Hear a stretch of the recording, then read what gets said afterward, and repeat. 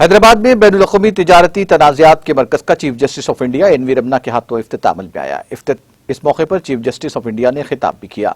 उन्होंने कहा कि आज का दिन तेलंगाना की तारीख और हैदराबाद की तारीख में एक अजीम दिन साबित हो रहा है।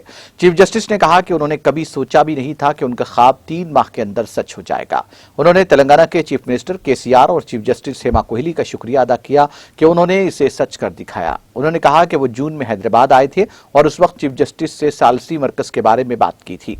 चीफ जस्टिस ने कहा कि सालिसी मरकज़ के क़याम से बैनुल-अक़वामी मसाइल के हल में तेजी आएगी।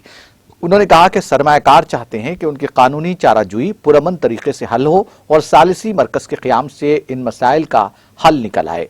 एन वी रमन्ना ने कहा कि बैनुल-अक़वामी सालिसी मराकिज़ हाल ही में दुबई में खुले हैं, जिससे मरकज़ के मसाइल जल्द हल हो जाएंगे और ये बहुत वक्त की बचत भी करता है।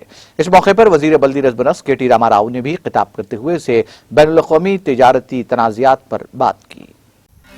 नाज़रीन, हमारे TTV न्यूज़ को सब्सक्राइब करिए, बेल आइकॉन को प्रेस करिए, शेयर करिए और लाइक करना ना भूलें। और किसी एडवर्टाइजमेंट से मुताल्लिक़ जानकारी के लिए हमारे इस नंबर पर कॉन्टैक्ट कीजिए। हमारा नंबर है 9550102020।